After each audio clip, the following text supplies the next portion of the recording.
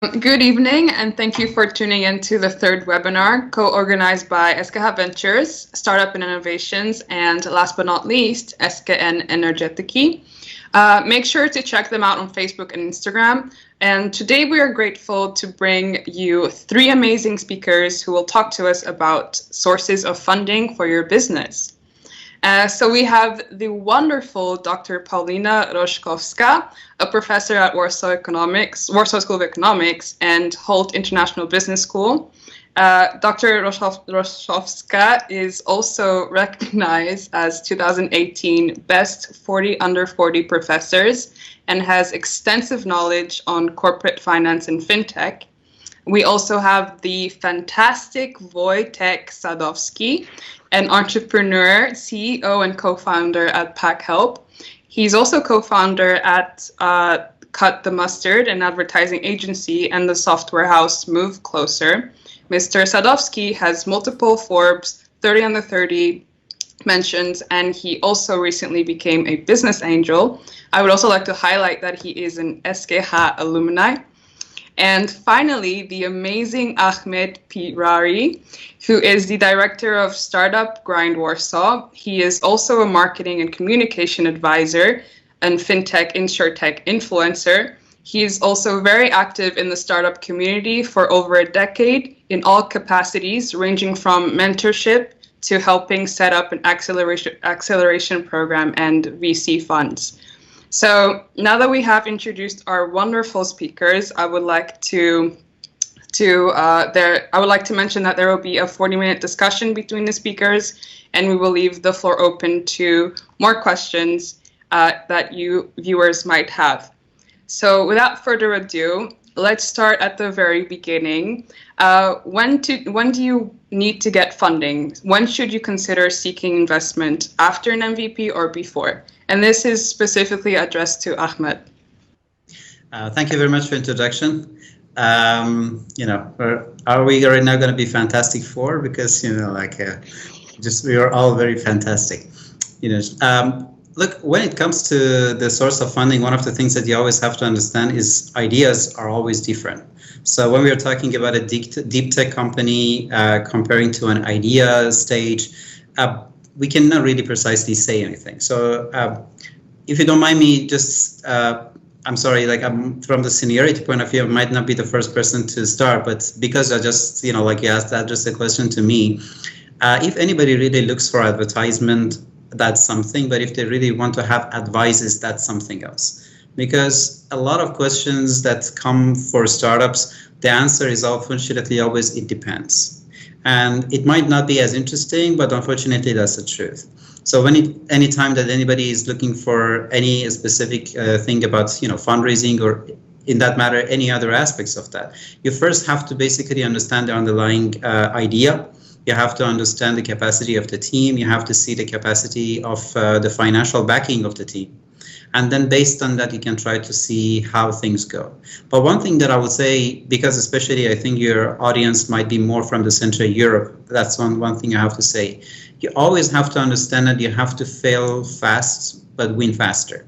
Because a lot of ideas, what I see in this region, they just stay alive for 5 years.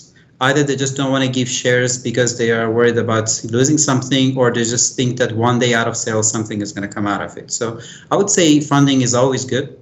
And as Wojtek, can also say that, it's not going to be a very pleasant process, but it is necessary. So I would say that at some stage, anybody have to go through that. But to have a very specific answer to your question, first I have to have a very specific case. Thank you so much. And perhaps the other two speakers, you would like to add something to Ahmed's answer. I'm happy. Paulina, maybe you want to add something. I'm happy to do so as well. I like, Ahmed, your approach of saying it depends. This is like my mantra in finance. And just to say, the world has seen a lot of funding happening once you actually have a viable product, but also a lot of funding going just to the ideas. And, it's actually funny to see examples that you might think are kind of ridiculous, and yet they are being funded as an idea, not as a fully fledged company. Just to name the Jabon, that was one of the highest funding ever, almost 1 billion funded in various rounds, and then they went bust. And then a few years later, the former CEO came and said, hey, I'm going to now go to the fintech space, give me some money. And the investors gave him, just for the idea, I don't remember, something like $65 million just for the idea, without any product. So listen, I mean, the world is yours. Just try to get it. What I can add to that angle, maybe that's something a little bit more controversial. Is actually I'm a strong believer that you should actually do it post MVP, or actually at least on the MVP stage. It's of course, I mean, the answer is always it depends, but I guess it kind of comes with your experience. If you already have had like 2 or 3 startups, or even one successful startup that you already did, of course, you can easily get funding for anything else. I mean, I can give you just a straight example. I mean, just recently, the ex-Allegro managers have created a new startup in the B2B space, and they raised the money for that startup without having given a pitch deck, because they have built a giant here, so you can trust them that they can build something else. But if you're just getting started, if it's your own adventure, I think there's a big misconception that you can just go there and just anyone will finance your great idea, because there's a lot of great ideas, but initially it's not only about the idea, but I think execution matters the most in those early days. So I can just give you my personal example. When I was when I was a student actually in SGH, I had this feeling that I have to do something in the startup scene. So I had those awesome, crazy ideas, and I was going with those pitch decks to different investors, and I was very surprised that nobody's like sharing my excitement about the idea and doesn't want to give me money for it, because I have a clear path to build $1 billion company in there.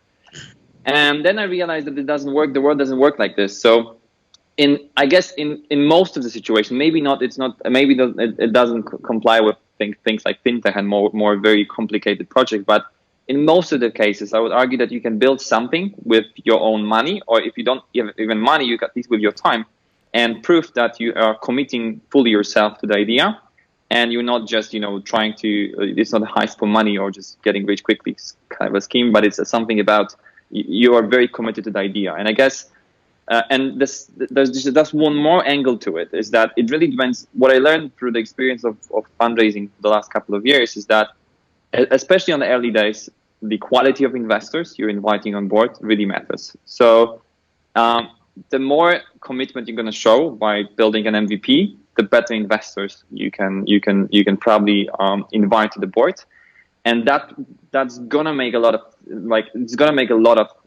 sense, and it's gonna change a lot in your next kind of fundraising adventure. So to make a long story short, I mean, if we are talking with, our audience today is students mostly, I guess. So if you don't have any experience working in the past on successful startups, I would rather recommend to at least try to build something that can at least show your level of commitment to the cause. Maybe I can also add some comment on Paulina, because you mentioned about crazy ideas. We have crazy ideas, and then we have crazy ideas. So one crazy idea is that I have a spare bed, and then I'm just going to ask a random person to come over and stay in my bed, and I'm going to charge them. The other crazy idea is that, let's just build another search engine. The other crazy idea is that, let's just stay against all of the taxi drivers and then make money out of it. Especially if you really would like to know about this kind of stuff, you definitely have to go with Peter Thiel's ideology. He never spend money if he doesn't see the idea is crazy. Because if your idea is normal, the growth is going to be normal. And then you're just going to go into a very much, let's just say, red ocean strategy that you're going to really struggle. But at the same time, if the idea is going to be something crazy, like an algorithm in the fintech that is going to basically just revolutionize something, it might in the first point does not even look normal. But the reality is that if there is a leg, if they really feel like if you spend more time and energy on it, then you're just going to do something that nobody else ever did. This is something that I would say a lot of investors in the beginning, they say that it's never going to happen, especially in this region. Because a lot of people who have money, they are not really the holder of the money. They are the distributor of the money. somebody else give that money to them. That's why they only want to invest it when they know 100% this money is going to come back, and that is the worst place to go. And because of that, also it depends on when you want to get the money and from whom you want to get the money. And that is the reason that sometimes they kill your idea, because they say this idea is too risky for us to put our money there. And that's why you basically think that your idea is not fundable and you leave. But the only thing that you have to understand is that you have to go and talk to the right person. Right. Agreed. But just to add to what Wojtek said before, it's, you know, I mean, very often we don't have much choice but to go to investors relatively early on, because we simply need funds for even developing the initial beta version of a product. But conversely, in the tech sector, you know, there is this kind of nice vision of guys, engineers sitting in a basement of a house and then designing the product. And only after they actually have the product, they go to investors. And that actually has some extra value added, which is the later you go to investors, the more equity you usually keep to yourself, because the more ready you are, the less you share with investors early on. So there is this tendency, the more advanced you are before you go for the second round, the less equity you need to share in the first round.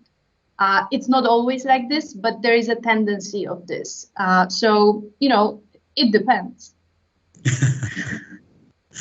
Thank you so much for your answers. Those are very insightful, and they actually answered a few of the questions that were addressed regarding to, you know, students. Do they have a much harder time having the trust of investors in their startup ideas? And like you said, Wojtek, with your experience also when you were trying to pitch when you were a student and it didn't quite work out.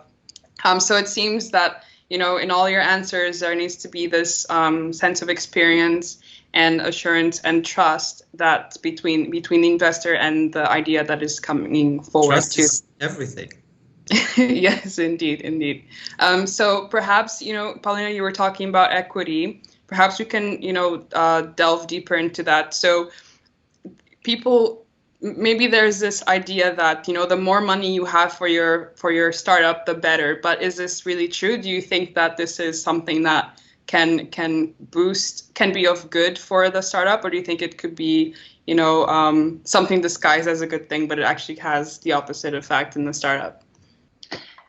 So, I mean, we need to kind of think here multi-dimensional, so to speak, because one dimension is kind of how much money I'm gonna get. The more money I get, the more relaxed I am usually managing the startup early on and onwards. But there is a cost, there is a second dimension. And the cost is that the more money you raise, the more return investors expect. And the question is, can you actually deliver the return that is expected by investors? Because if you just raise money for the sake of having a lot of cash on the bank account, and then you don't invest it productively, you literally don't deliver the return on investment that the angels, VCs, or private equities really expect, then that's not really a good signal to the other investors potentially to join later. And that's a problem also. So, you know, one could say, you know, cash is king, and if you don't have cash, basically you're going nowhere. But conversely, you're taking a big burden by accepting funding. So you better make sure that you know how to spend it productively. So there's no golden rule here, but you need to balance these two dimensions. Yeah, I definitely agree with that. And that's definitely something I should keep in mind for my own personal, you know, understanding in the future. So I can just add to that, because I had a very good metaphor about that. So at some point when you're approaching somewhere between Series A, Series B, at some point money is not a problem. It's about utilizing it properly, and as Paulina mentioned, giving the right returns. But recently, one of the other co-founders of the startup told me this metaphor that at some point, like, you are hiking on a big mountain and you have a backpack, And at some point, investors love to take your money, that you would take your money to the backpack and pull them a little bit more up. So at some point, unfortunately, it's about the game of how much money you need to grow, and how much money is just to satisfy your personal gains from that or whatever. At some point, it just becomes another resource that you need to utilize the same way as utilizing everything in the company. It's a little bit different, I think, early on, but later. Can I just keep Wojtek's point? You also have to be careful, because at some point the investors say, give me the backpack, and you can just go back. The second part is that you have to remember investment is unfortunately a path to exit. Meaning that if you have 1% of your company giving it to an investor, you're still the owner. But the moment that you pass 49% to 50%, any point you have to say goodbye to your company, because then there is another person that would have at least as much power as you, 51%, then you don't own your company. And anything after that, especially, again, as I said, if you don't have the right type of investor, they will fire you from your own company. Or they just kill your product, because like this is much easier for them to have the return on investment, the same that Paulina said. So this is always, let's just say, it's a very complicated issue.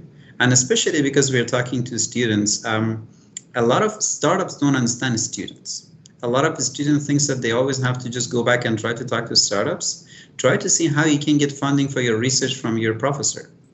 I mean, everything that you do in the startups, that's exact same thing. You just have to say that I have a very good idea, and this idea is applicable to something that is really somewhere in this society and people really want to read it. I need $10,000 to go out and then try to write this paper in Angola.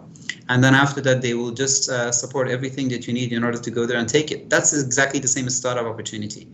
The only thing that unfortunately happened in the startup is we started to learn a lot of jargons.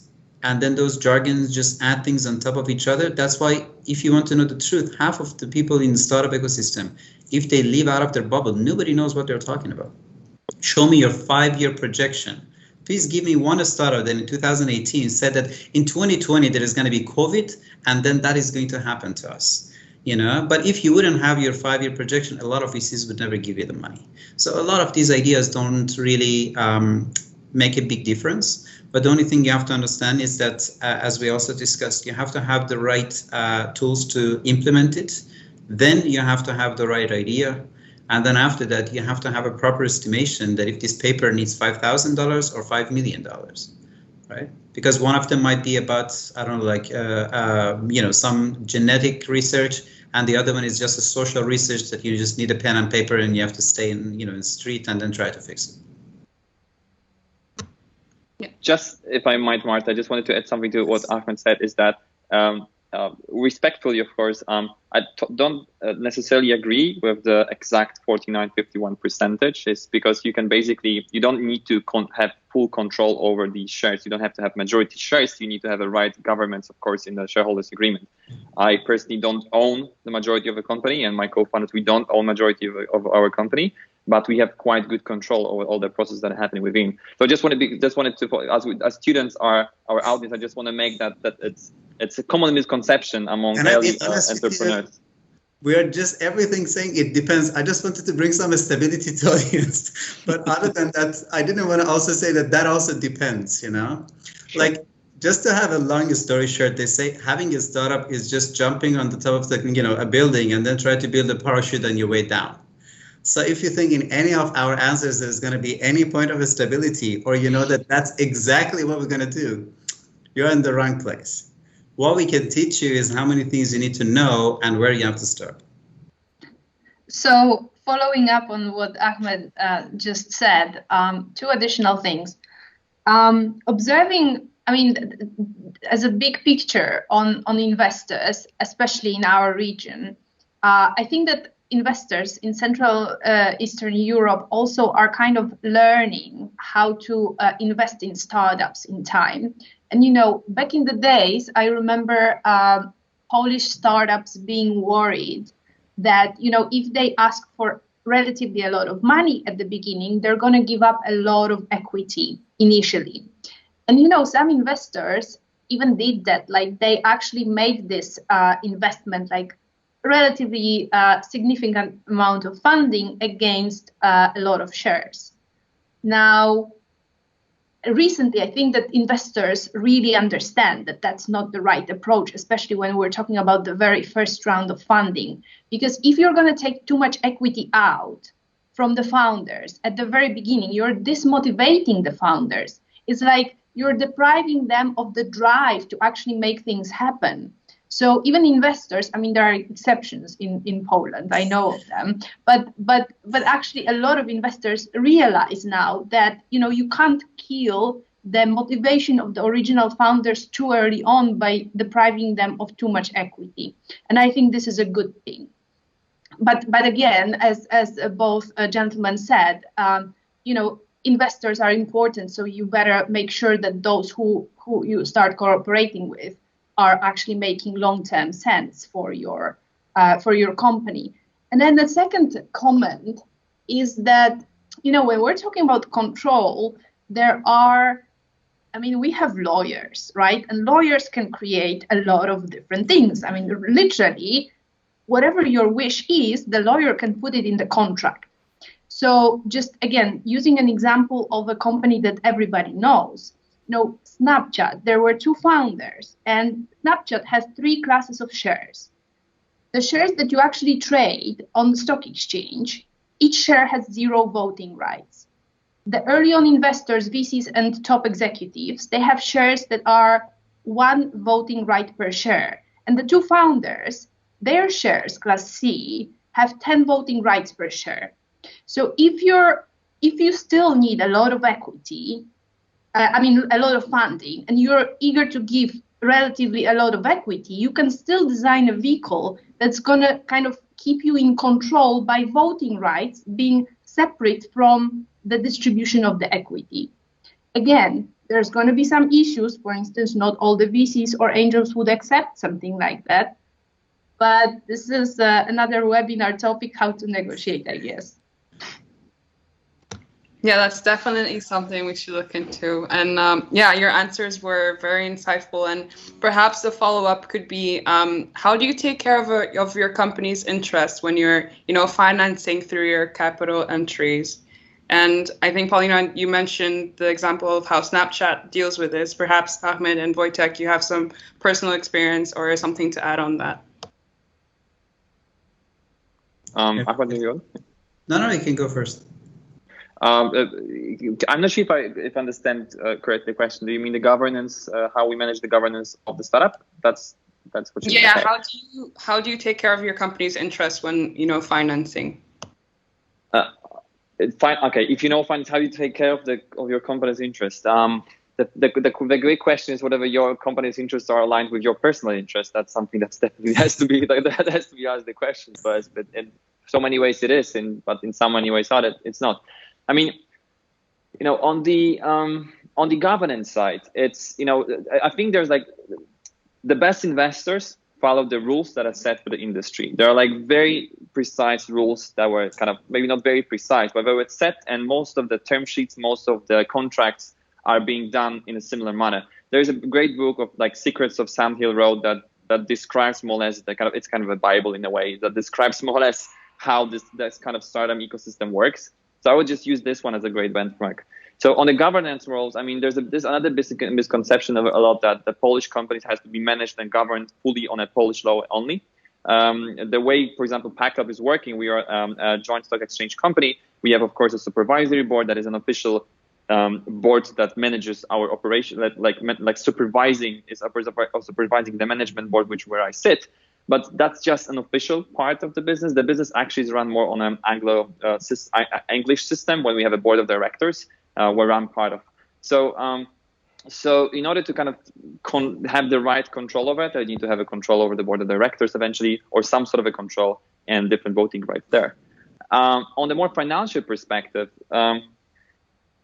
again, if you want to plan the rounds and financing each of the round, it kind of depends on how you're coping with stress and what is your personal values when it comes to employees and what's really important into your heart.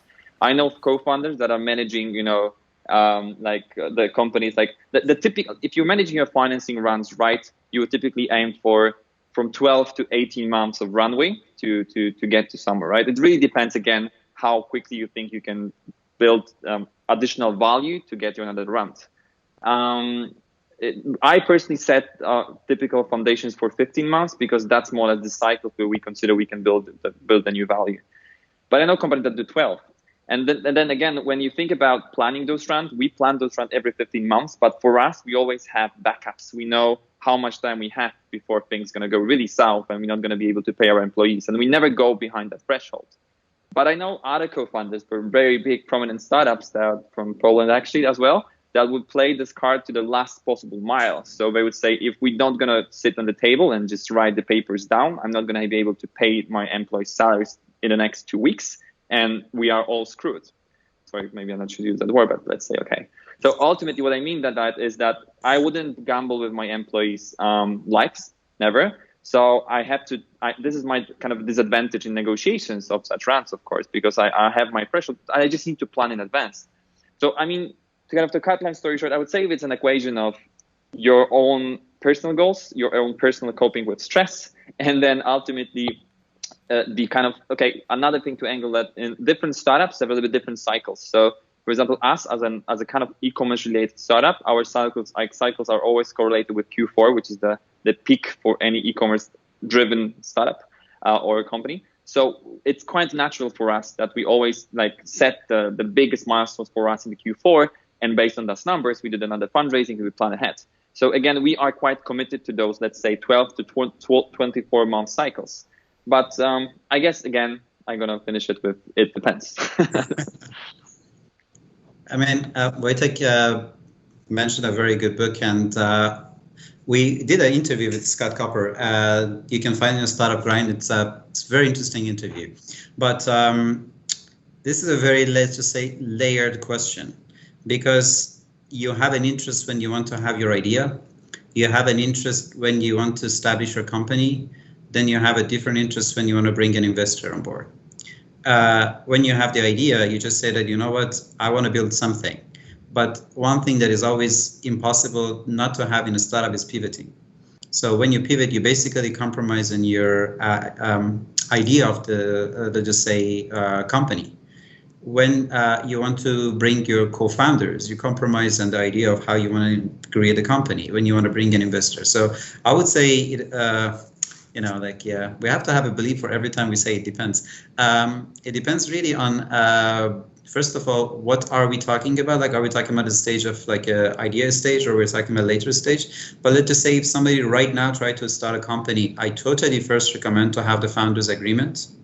And they have to do it really properly, because at least the founders agreement will give you a proper idea that in the first day what you expected to have.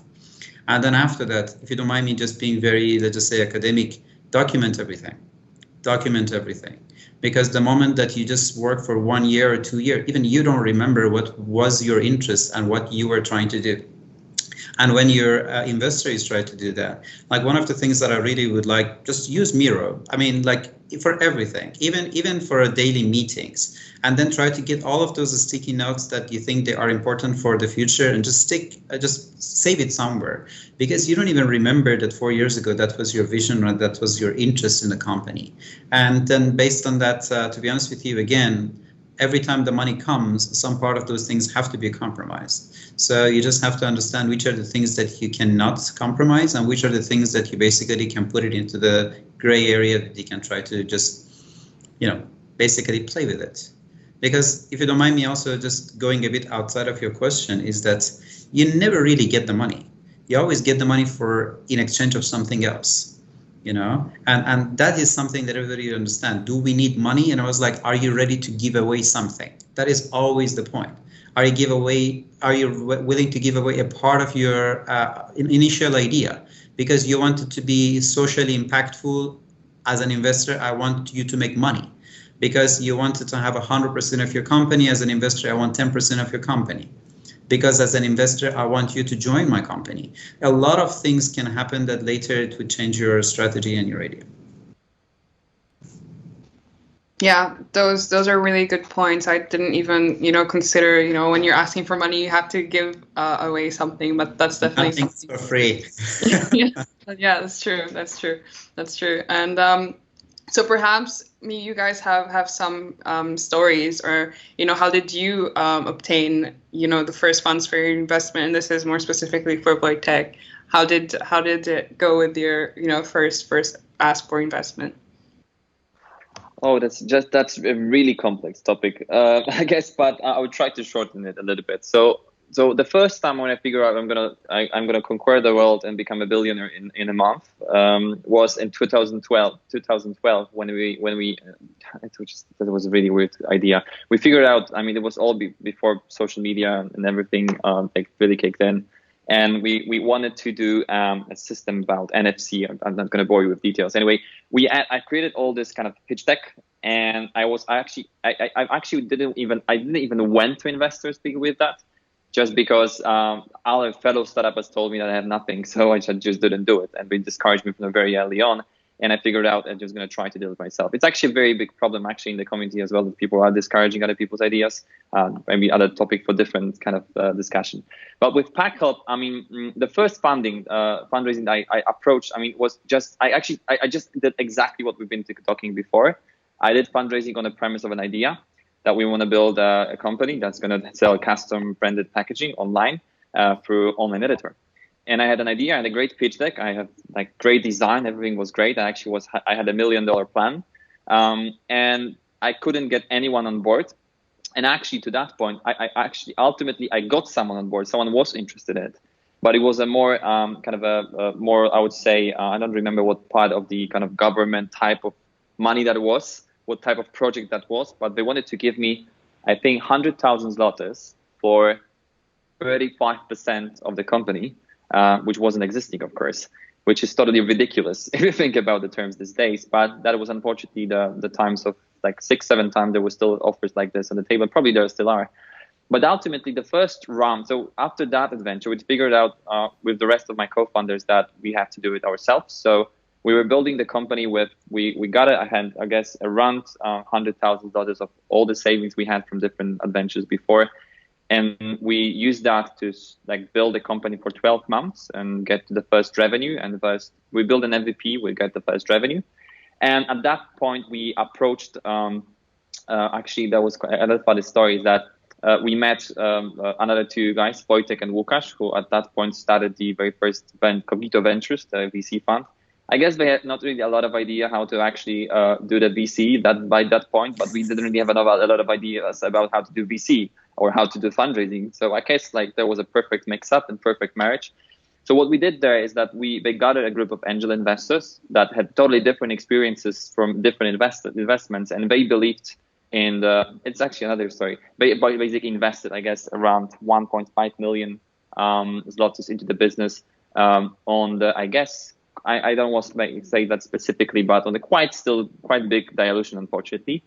But at that point, we were actually convinced that we want to really build that business. So we're not really doing too much like background check on about how to actually, how this run should be structured. We just wanted to get the money and build what we wanted to build. And that was our primary focus. We're not really optimizing for terms, which is, of course, something that I regret at this point, but doesn't really matter. I mean, not personally, that doesn't really personally matter to me. One can argue that without that money, without that help, we wouldn't be in the situation where we are. But the funny story behind it is that, and I guess that's something that at some point a lot of people probably can relate, is that when some of those investors already left the company, I mean, they sold their shares in the secondary transactions. But they told me after that when they had this first meeting after a couple of meetings with us, they all sit together and ask themselves the question, okay, so do we really believe in this custom packaging stuff online? And one of them said, really honestly, I don't really believe in the idea altogether, but the team is strong, and I believe the team, if they're not going to do custom packaging, they're going to do something, and we want to jump on board with that team. And we, of course, were right with the idea ultimately. But I guess the moral of the story is that very early on, a lot of angel investors especially, have tried to seek this entrepreneurial vibe or drive in people. And I guess just from personal experience, in a lot of cases, if that is connected with trust, and there's always something that is being produced, some value is being manufactured from all that process. So that was my first round, and that's how I obtained my first money. But that was my first angel round that I did for PACOG. But I would say getting another round, the proper seed round with funds from outside from Poland, from normal like typical VCs, was the first actual true story about how you should do properly fundraising. And that's just another story which I could probably talk about a lot. But that was I guess the most challenging part of that PACOG story. Wojtek, can I ask you a question also? Because Sure. you mentioned a very good entrepreneur that was a part of Allegro. Are we talking about Greg from Attendee, or you're talking about someone else? I'm talking about, I personally know Tomek Nowak, who was the, I guess, COO of Allegro for some time. And they, together with the ex-CEO of Allegro, they created Merxu, a B2B platform. And funny story is that, the first seeded investors is Axel, if I'm not mistaken, which is just shows that Axel is one of the best VC funds in the region, in the world. So having them on board so early on just kind of proves how important the let's say not only the idea but your experiences at any stage. Yeah, I mean, because all the things that you mentioned, I mean, there's one underlying things about all of it, and that's just a factor of trust. Like either you have to show the trust by the ventures you had before, either you have to show it by the background you have, because there's a big misconception that everything have to also come with, again, because right now we're talking to students and the academic part, I have to really put an emphasis on this one. If you're a crazy good data scientist, I technically don't need to see you making another startup. The moment that I also understand what you do and I can try to properly, see your algorithm and then try to test it for 24 hours, I put the funding on the table. So there are a lot of ideas that we talk, and they are a little bit, unfortunately, not that much academic. We had this very interesting interview, I think it was a Business Insider, and the question was like, what are the biggest innovations in Poland? And then the question was addressed, and everybody was looking for startups. I was like, guys, not all the innovations comes out of startups. A lot of these things come out of academia. And that is where we have to basically have a very specific line of what we are trying to discuss. Because if right now you really have a very interesting formula in mathematics, that's your venture. That's basically, look at Alpharam, everything is about mathematics in this place. And it's a crazy mathematician who basically has millions of dollars and makes money out of that. You can see a sculpture that's basically made out of a guy that he's good with just a stone. They get funding because they need to buy the material, and then after that they return the investment by just creating something out of it. So ideas doesn't always have to be a startup that then later have to have a website, and then later that website have to have like Google Analytics in order to see how everything goes out of that.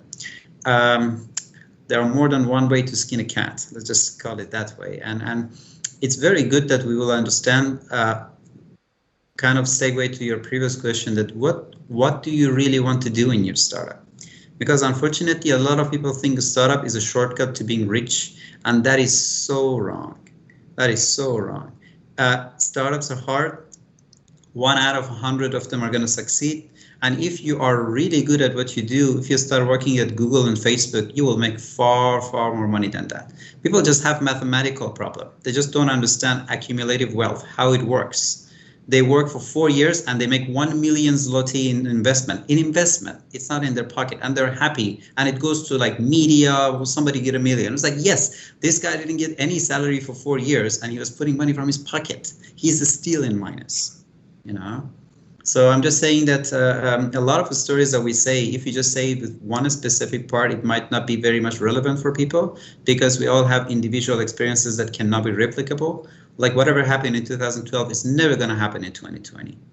Like I would say back in the 90s, if you will make any hub of anything, hub for cats, people would buy it, Just try it now. To the point Ahmed has raised, I couldn't agree more. I had this presentation, I guess, on one of the universities at some point when I was showing I'm happy to share it afterwards, I think it's actually in the book, in Santi wrote book as well. The diagram which shows how startups fail. You're literally playing the game of the odds. I mean, it's a little bit depressing when you're starting like your own adventure of the seed round. You see that 95% of companies like you will kind of fail. So I mean, the question is, if you're going to go to the casino, you want to bet on that. Would you bet for 5% like possibility of being a rich person? It's nobody insane would say yes. So I mean, I think that, I mean, honestly, but on the other hand, you have to be crazy to do it in a way. But most of the people who does, unfortunately, in some ways are. That's true. And just one more comment, because we kind of recently diverted into talking about how people are important as opposed to the idea itself, really. I mean, obviously, idea needs to be good and scalable, because otherwise you would be a lunatic as an investor to put money in it.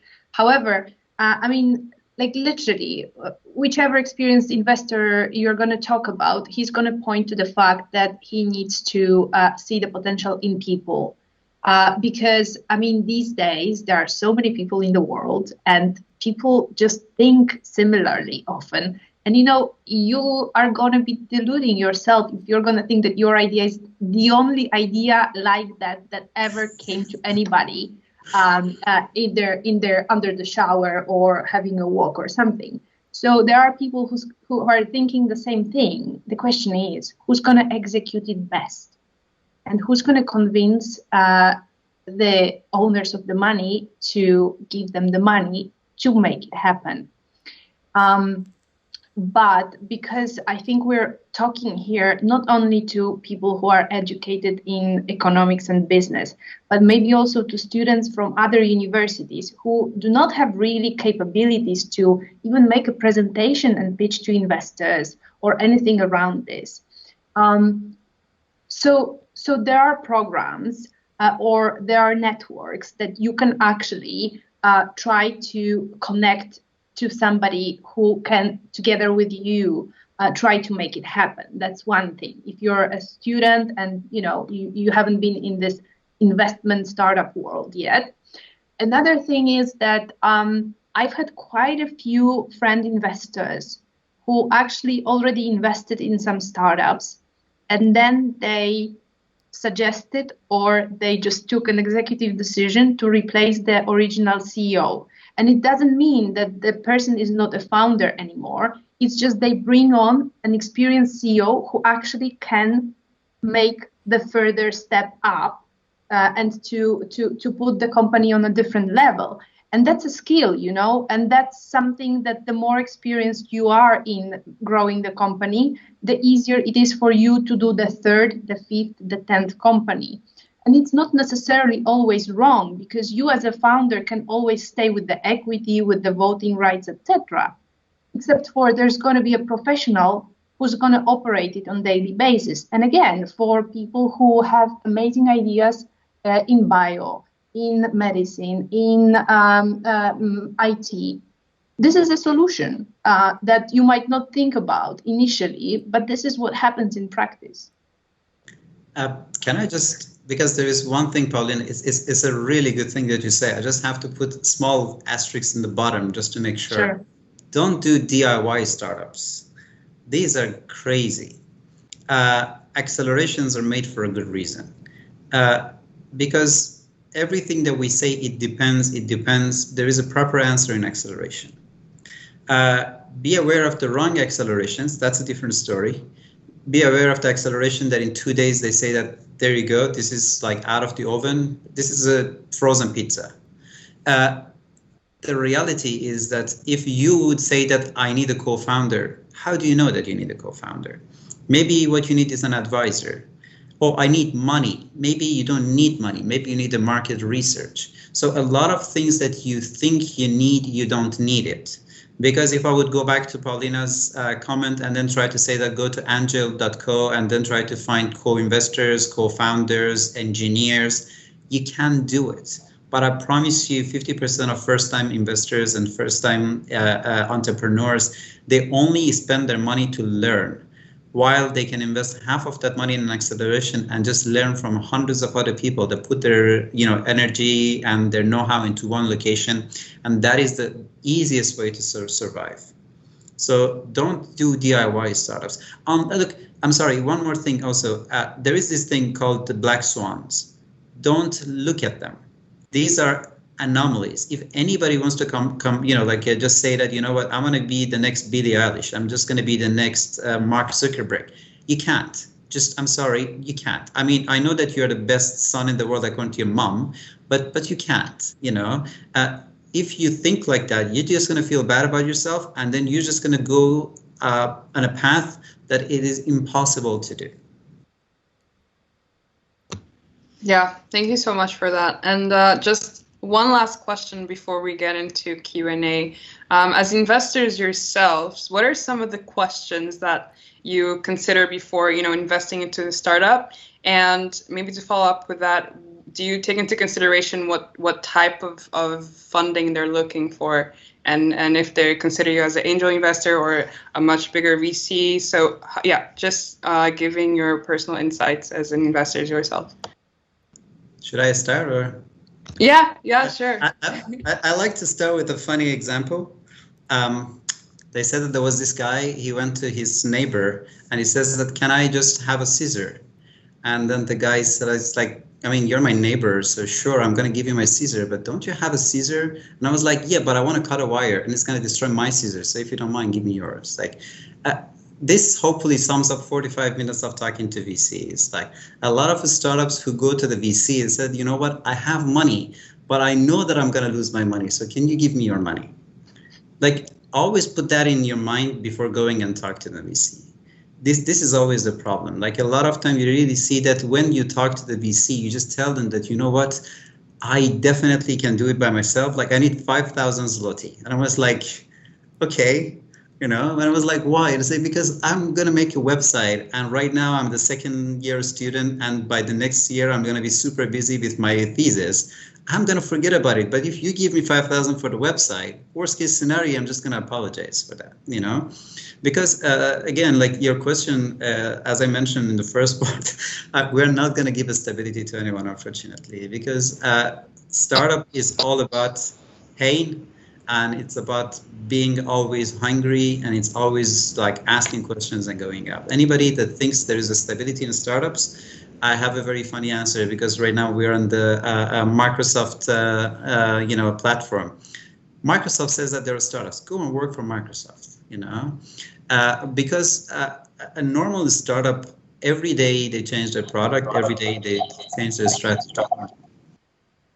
And because of that, they just say that whatever even you want to do, which kind of even, I'm going to just say something that maybe we even had to say before. Family, friends, and fools. Forget about the VCs and angels and everybody else. If you do not exhaust these three people, type of people, don't even think about it. Because if these three people would not give you money, nobody else would, If let's just say that the idea is too complicated, that's a different story. But again, I'm talking about, I don't know, like a Facebook for dogs, like just a cool idea, just something that, like you just need the money to start the whole thing. I'm not talking about like going to your dad and ask about some microbiology, I don't know, like a micro kit in order to do something in the basement. But seriously, these are the things that we sometimes make it too complicated. And sometimes, the book that we are discussing, definitely, if there will be a link, I would be more than happy just to put it there, that you will basically, first of all, I'm more than happy to put our interview there, and also the book that you can buy from Amazon, because it's a really interesting book to read. But on top of that, don't get involved with one answer or something, because to be honest, I'm keep running away from giving these things very specific, because it always depends, right? But yeah, we can just. Sorry? I said maybe because like Wojtek can also have his own part of that. I just didn't want to take too much of his time. Yeah, you have to remember that like my primary focus anyway is Packup and building Packup. I'm an entrepreneur myself. I'm involved in constant fundraising for my own ventures. So again, and I'm not a millionaire here. It's not something that happens. Yes. No, a lot of people read the headlines and consider, oh yeah, this money goes straight to anyone's pocket. No, it doesn't. It just goes straight to company building, and it doesn't do a lot to you besides just like spreadsheet and like nice numbers in the spreadsheets.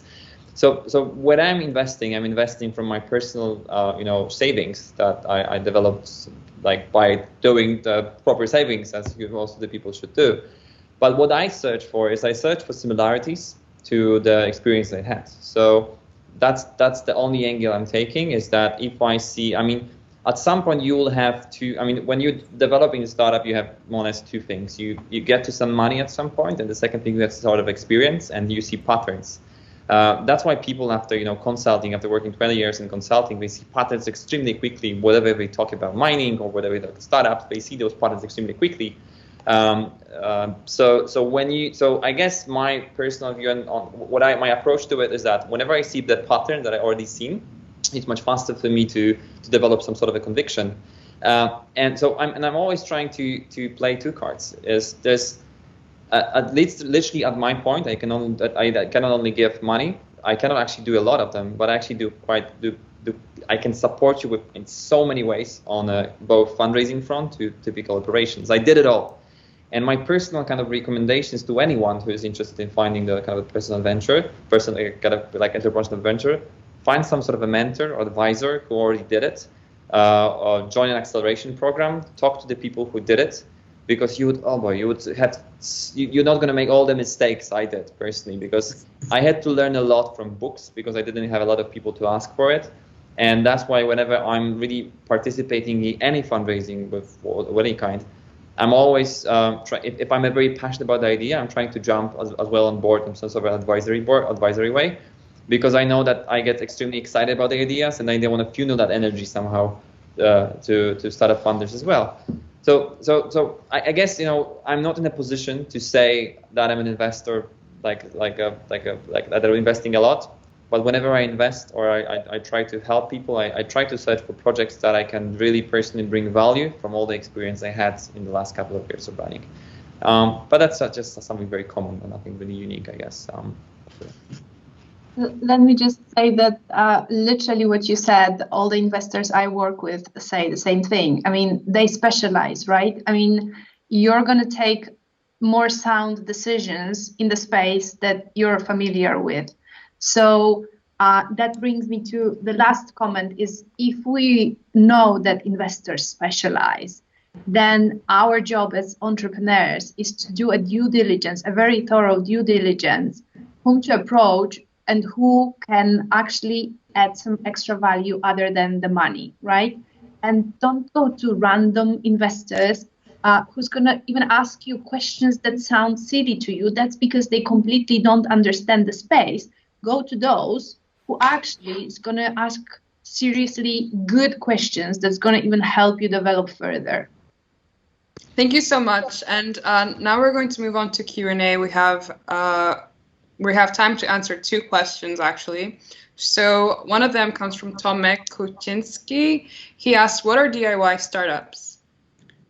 Okay, because I said that, let me just also go with that one.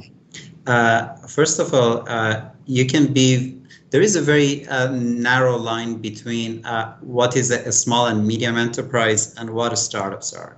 So a lot of people think that startups are very emotional and unstructured small and medium enterprises, while still there are lots of structures that startups need to have in order to really try to be a proper startup. So when you try to just say that, I'm just going to forget about all of those things. By the way, Billy Allett also has a really good book called The Disciplined Entrepreneur, because kind of the word disciplined and entrepreneur do not really go hand in hand. Entrepreneurs are usually messy, and they start from the 4th stage and they go to the 3rd stage and they go with the 12th stage. But still, as long as you understand that there are stages, as long as you understand that you need to have a toolkit, then everything is going to be fine. And the recipe for a disaster, unfortunately, and especially in this region, is the fact that a lot of people have a trust issue. I've seen so many startups, they come to me and I was like, I have an idea, but I can't tell you. And I was like, because I have like 2 minutes per day to just call my parents, and you think that I'm just going to sit down and copy your idea. Nice meeting you. Try to go out and talk to people. Because if your idea is so easy that anybody can take it, forget about it. But if you really wanted to develop your idea, you have to develop it with people, you have to develop it in a team, and you have to develop it in a structured way. Because if you think that I know everything, I was just mentioning this Allegro stuff because Greg, he made the Attendee, an amazing entrepreneur. He was managing like a huge company. He did 3 acceleration programs before making his company. It's not that you just don't know what you're doing. It's the fact that even when you come from another corporation or from another sector, you still need a lot of mentors that sit next to you and then try to adjust it. But if you want to sit at home, you know, even origami sometimes need a small YouTube video just to help you, you know, like learn which part, you know, like you have to flip on which side.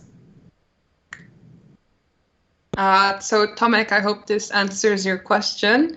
Another question comes from Sung Kwon, and he's asking, how do you prepare your business model to share with different investors? We have a professor here, so Dr. Paulina can answer. I think Wojtek could answer that, right? From your experience.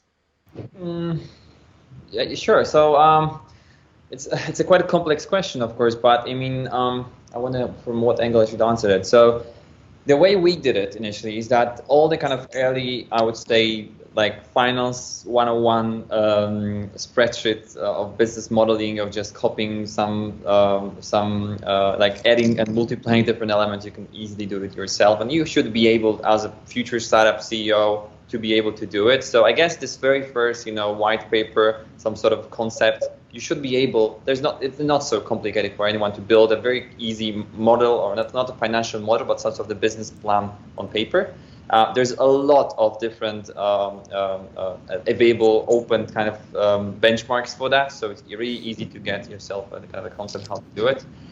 And then at some point, unfortunately, again, it depends as well. But when the business has this first levers, meaning that you have some sort of ways of building the momentum, whether it's some sort of an acquisition source or it's sort of a dynamics happening on the retention of the customers, you start to model that in a more proper and more complicated way. And my personal kind of first introduction to doing it was that I'm going to do it myself, which was a totally absurd concept because I failed completely. And at that point, we hired Pavel, who is still with us, who is running our BI team, who basically started to do the more complex models for us. So I guess, again, my personal recommendation would be do it yourself, do a very plain P&L concept of your business.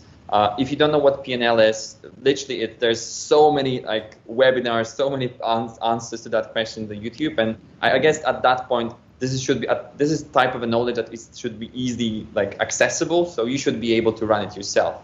You don't have to go and find a student of finance to do it.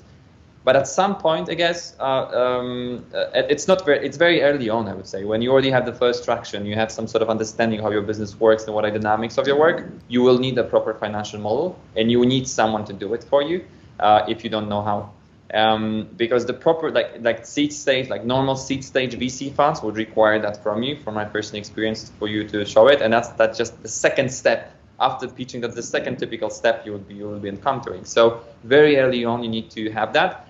And so you don't need to understand how to build those models, but you have to know them by heart. Having a question like, yeah, so this is the model, and yeah, you just ask this guy because he did it. It's never gonna work. I mean, you are in control. I mean, the financial model for you is something that it's let's say it's a definition, a numbers definition of everything that you have in your head for your startup. If you are not able to understand, tell about your startup in a numbers-driven way, it's going to be very hard for the numbers-driven people that typical investors are to find a common ground with you. So you have to be a master of understanding those models and financial metrics and models and business plans or budgets, but you don't have to necessarily be the one that can craft it and build it properly.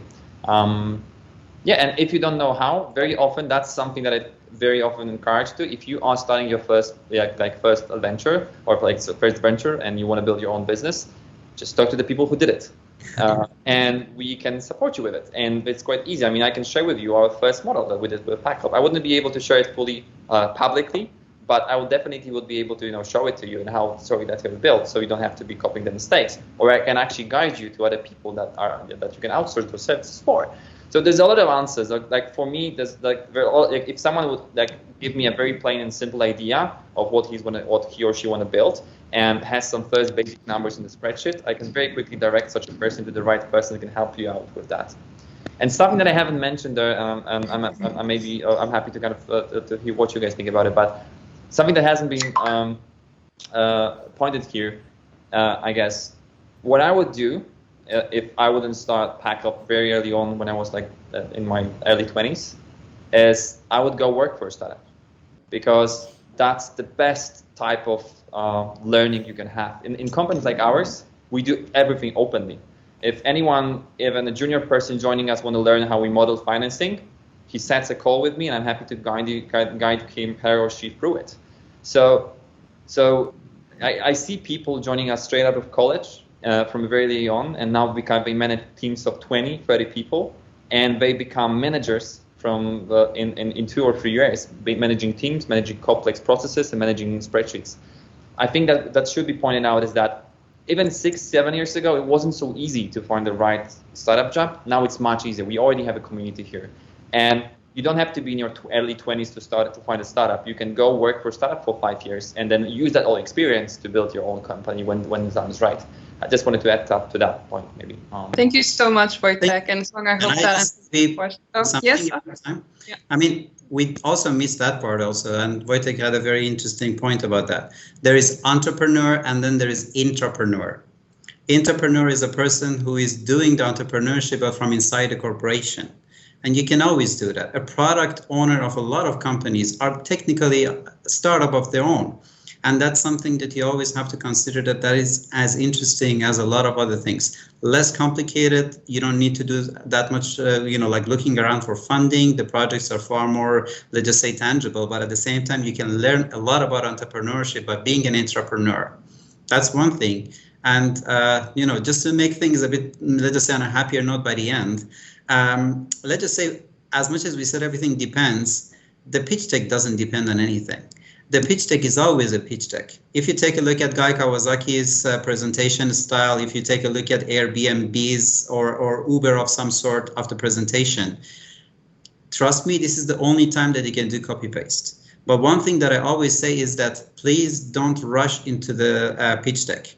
If the question number 4 in the page is that what is your market segmentation, and then you just say that let's just color Poland and Germany because then look better together, stick 6 months on that one, because you need a questionnaire to answer that.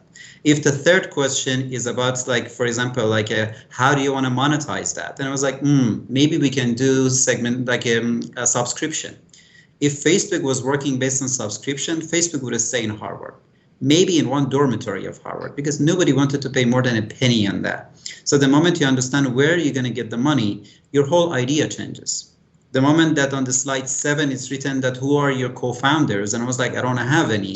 You have to understand that most of the startup with a single founder can never find a proper investor, because a lot of VCs would like to have people that share their dreams with you. So every slide of your pitch deck hopefully is going to be a guideline for you to understand how many things you don't know about your startup.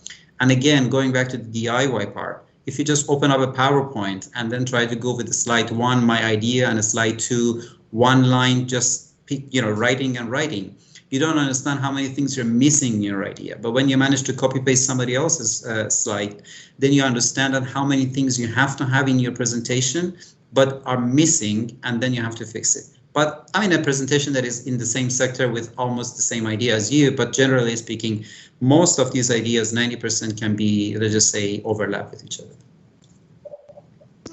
Paulina, yeah, would you like to add? Yes, and I'm going to try to be brief because I know we're over time. So, the reality is, especially at the very early stage, when we're talking about the very first rounds of funding, the valuation doesn't matter. The financial model doesn't really matter, because very often investors just they have a certain mindset on how much equity against how much money against how much equity. And it doesn't matter if your startup is a data startup or if your startup is like a fintech startup. They just at some point, initially go within a certain rhythm. So just the last comment to the entrepreneurs or future entrepreneurs. As Wojtek said, you need to understand every number you put in the spreadsheet. You need to understand it, what's behind it and what it means. But absolutely do not overthink creating a business model for the purpose of talking to investors, because that is not that important. Thank you so much. And Sung, you got the most detailed answer. And also, just for your reference, we had a previous webinar where we covered this extensively, so you should check that out. I'll just quickly squeeze in one question, and perhaps you guys can describe it in one word. So Scott is asking, how do you build and gain trust from investors? So in 1 word or 2 words, quick sentence. In one word? Or like just one sentence, yeah. No, we can start with trust. Yeah. Mm-hmm. By showing competence. You're asking for some haikus. Yeah. And Paulina and Wojtek, what do you guys think?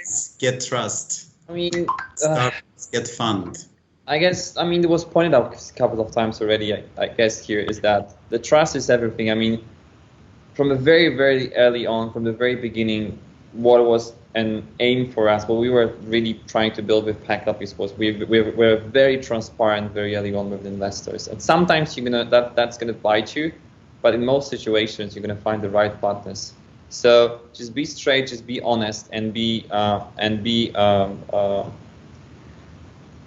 just understand what you're dealing with on both sides. And I mean, read the book that we told it a couple of times. Learn the both sides of the deal, and come up prepared and competent, and do it over and over again. And at some point, it's just going to work out. If Wojtek, you're not going to kill me, I'm just going to say something. You guys blur it later. Don't be always honest. If you think that you don't have something, but you can do it later, just say that you have it. I'm sorry. This is like, trust me, as an entrepreneur, you cannot always be honest. Can you do that? Just call your uncle. And I was like, can you just fix that for me? Because I just went to the VC and they says, yes, you can make it. Hey, but listen, I think that there is this honesty on different levels, right? One is the honesty of like when and how you can actually execute particular things. But then there is this honesty that is related to like how passionate you are about it, how emotionally involved you are in it, like how well you know the space and you're competent to talk about it. And I think that this honesty is the key. Fully agree, and with what Ahmed said, I would just say that fundraising is just selling shares in your company. So and you need to, in selling, you need to balance always the honesty with the future beliefs of what you're selling. So whatever you believe that it's true, I guess in so many ways it's you becoming honest. You're honest with yourself. But definitely, I mean, I cannot stress enough with what Ahmed just said. Don't try to be too honest. Just it's okay to say about the dreams as well. Like there are 4 bugs in our application, and at the same time, no, don't tell that. Don't tell that. All right. So thank you so much for tuning in, guys, and I hope that we thoroughly answered your questions. And I would like to thank the speakers for taking your time this evening to answer and speak to us, and also answer the questions from the audience. And I hope that we will see the audience in our upcoming webinar, which will take place next month.